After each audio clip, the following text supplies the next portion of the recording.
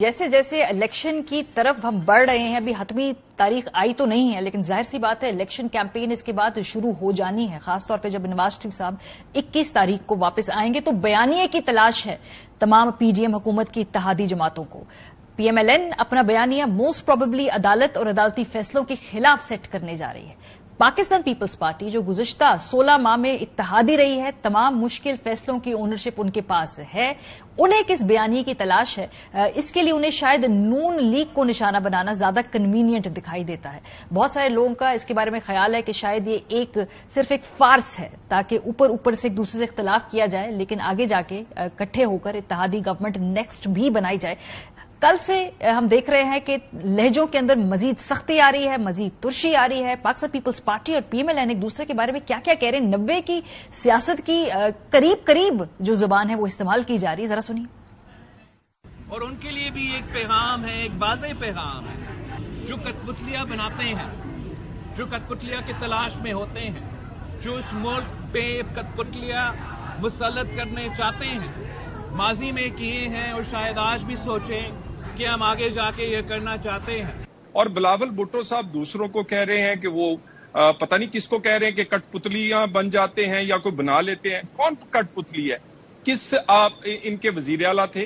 Peoples party का एक नुमाइंदा उसमें शामिल था जो मर्दमशुमारी जब नोटिफाई की गई सीसीआई में, और इनके वफाकी वजीर थे।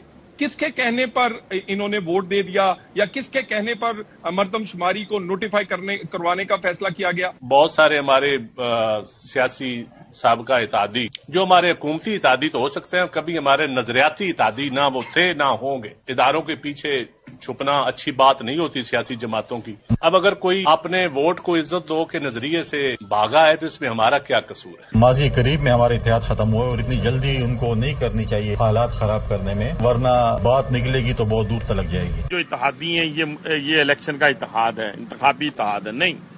उस वक्त से लेके आज तक हम कहते हैं पीपल्स पार्टी ने अपनी सियासत करनी है और उनकी कारकर्दगी अल्लाह ताला के फजल करम से हमेशा 0/0 ही रही है। स्वाय ये कि भट्टो जिंदा के नारे के अलावा कभी वो ये नहीं बता सकेंगे कि हमने जनाब इस मुल्क के लिए कोई मोटरवेज दी। अभी भट्टो जिंदा नहीं है, खुदा के लिए भट्टो मर चुका है। तो मैं हनीफ अब्बासी के इस बयान की सख्त मजम्मत करती हूँ। जो अल्फाज जो उन्होंने बदतमीजी की है शहीद जुल्फिकार अली भुट्टो के हवाले से, मैं उसकी सख्त मजम्मत करती हूँ। जो बिलो द बेल्ट गुफ्तगू है, घटिया गुफ्तगू है, हम उसकी मजम्मत करते हैं। और हनीफ अब्बासी और उनके जैसे लोगों को ये पता होना चाहिए कि जब भुट्टो जिंदा का नारा लगाते हैं तो उस फलसफे की बात करते हैं।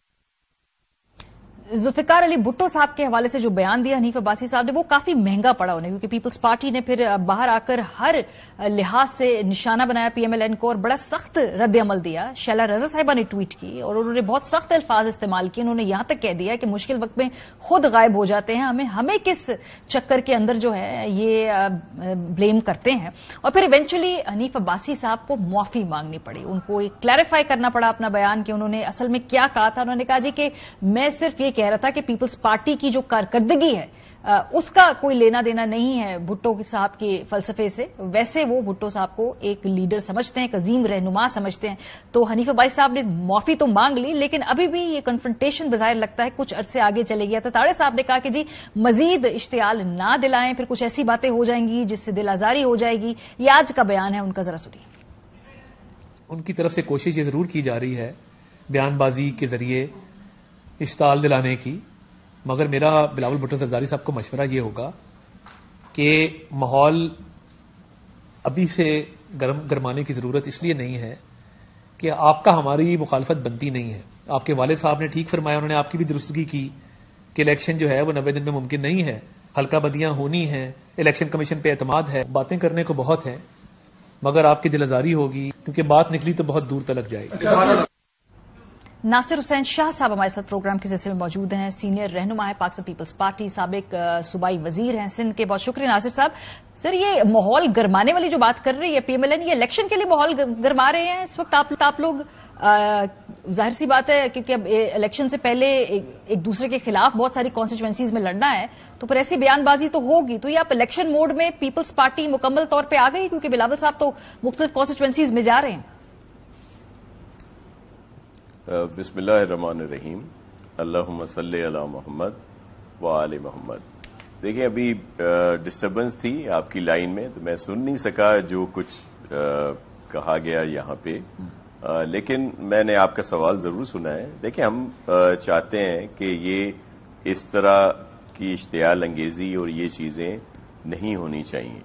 اور ایک بیان آیا تھا عباسی کی طرف سے جس کا انہوں نے معذرت کر لی ہے، لیکن وہ جو جس طرح کی وہ بات کر رہے تھے بھٹو شہید کے لیے، تو شہید ہمیشہ زندہ ہوتے ہیں اور بھٹو ایک نظریہ ہے جو زندہ رہتا ہے، اسی لیے ہمیں بھٹو کہتے ہیں. تو یہ ضمیر والوں کے لیے بھٹو صاحب اب بھی زندہ ہیں. دوسری بات یہ ہے کہ یہ اس طرح کی ایشوز ہوتے ہیں، الیکشن ہم نے اپنا اپنا لڑنا ہے. بلکہ جب آپ کو یاد ہوگا جب یہ گورنمنٹ بھی تھی تو آزاد کشمیر کے الیکشن ہم نے ایک دوسرے کے خلاف لڑے. اب بھی ہماری کوئی سیٹ ایڈجسٹمنٹ نہیں ہے اور نہ ہی ہوگی جتنا مجھے اندازہ ہے. تو الیکشن ہم لڑیں گے، اس لیے سب کو یہ حق حاصل ہے. سر پنجاب کے اندر قائرہ صاحب کی سیٹ کے اوپر کوئی ایڈجسٹمنٹ نہیں ہوگی، کیونکہ کچھ خبریں ہیں کہ شاید اس سیٹ پہ پیپلز پارٹی اور پی ایم ایل این ایڈجسٹمنٹ کر لے، باقیوں سیٹوں پہ نہیں ہوگی، لیکن قائرہ صاحب کی سیٹ کے اوپر ممکنات میں ہے کہ وہاں ایڈجسٹمنٹ ہو. اس پہ کوئی آپ کے پاس معلومات ہے؟ جی مجھے اس طرح کی کوئی بھی معلومات نہیں ہے، بلکہ جو میرا معلومات ہیں، جو مجھے پتا ہے، جو باتیں ہوئی ہیں وہ یہی ہیں کہ کوئی سیٹ ایڈجسٹمنٹ نہیں ہوگی. ہر کوئی اپنے اپنے سمبل سے لڑے گا، اپنا منشور ہے، سب اپنی بات کریں گے آ کے. اور یہ آج کی بات نہیں ہے، یہ کافی عرصہ پہلے بھی طے ہو چکا تھا، کیونکہ سیٹ ایڈجسٹمنٹ مناسب نہیں ہے اور کوئی اپنی بات کرے گا، اپنا منشور ہے. اور ہم تو ظاہر ہے میں ایم پی اے سندھ اسمبلی میں ہوں تو رہتا ہوں یا تھا، تو وہیں سے الیکشن لڑتا ہوں، تو ہم تو یہاں پہ بہت کمفرٹیبل ہیں. اور ہم سمجھتے ہیں کہ آئندہ بھی جو الیکشن ہو رہے ہیں پورے ملک میں، اس میں بھی ہم کمفرٹیبل رہیں گے پورے ملک میں.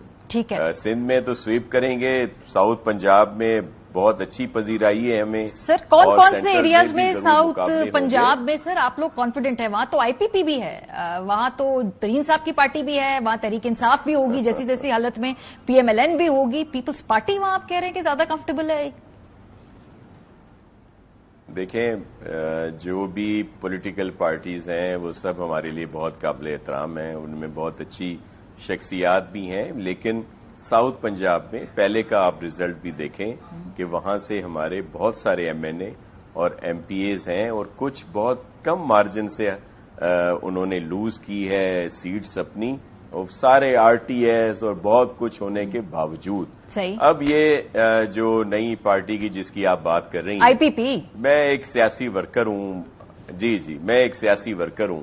میں تو سمجھتا ہوں کہ اس کا سب سے زیادہ فائدہ جنوبی پنجاب میں پیپلز پارٹی کو ہوگا، سینٹرل پنجاب میں پی ایم ایل این کو ہوگا، اور اسی طرح کے پی میں بھی جو ایک بنی ہے ایک پارٹی، اس کا فائدہ بھی جو ہے جو جس کا جہاں پہ اسٹرانگ ہولڈ ہوگا جس پارٹی کا، اس کو ہوگا. اور اس میں بھی کچھ ایسی شخصیات ضرور ہیں، میں بھی وہ کچھ سیٹیں ان کو ملیں، لیکن جس طرح کا یہ تاثر دیا جا رہا ہے کہ جی وہ تو بالکل ہی کوئی